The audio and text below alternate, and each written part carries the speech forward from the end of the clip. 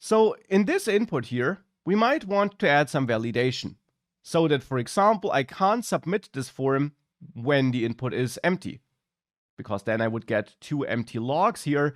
And whilst we only have logs here, in most cases, we would probably send that data to a server, and we don't want to send empty data to the server.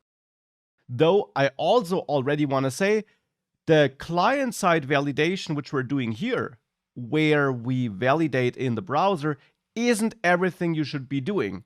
If you have a real website, a real web application which you're building, then validating in the browser, as we are about to add it here, is great for the user experience because you give the user a direct feedback. But you also always should validate the input on the server, because this code here on the browser, this can all be edited by your users. I can dive into the source code and change this raw JavaScript code.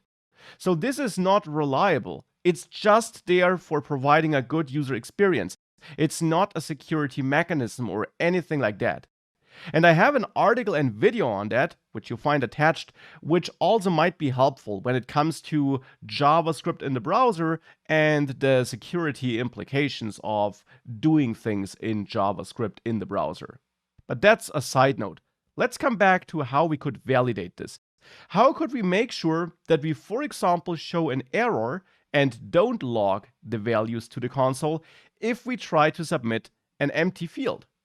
Well, of course, we can go to the form submission handler, and there we can add a if check. Here we can add a if check, and we can then simply check if the entered name, and here I'll go with that state value now, if that entered name is empty maybe. We also might want to call trim on that entered name string to remove any excess white space at the beginning and end. Now, of course, the exact validation logic you need depends on the form input value you are expecting.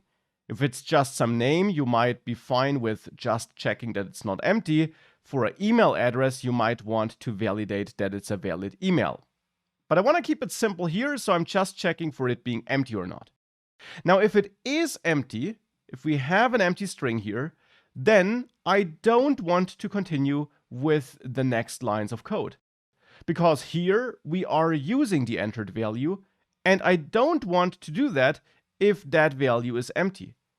Hence here, I want to return, which returns from this overall function and therefore cancels the function execution. Now, the rest of this function will not be executed.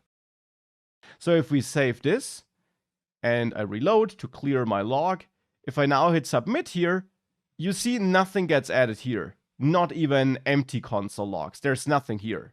If I do enter something though, we still see that. So that's working. But what we're not doing is we're not showing the user feedback. We're not showing the user that something went wrong. Of course, users don't have the developer tools open, so if I'm a user visiting this page and I click submit, I don't know if anything happened or if my input here is invalid. I might be able to guess that an empty input is invalid, but I get no feedback from the app. So that's why we might want to show some error feedback. And we can, of course, implement such a functionality with React as well.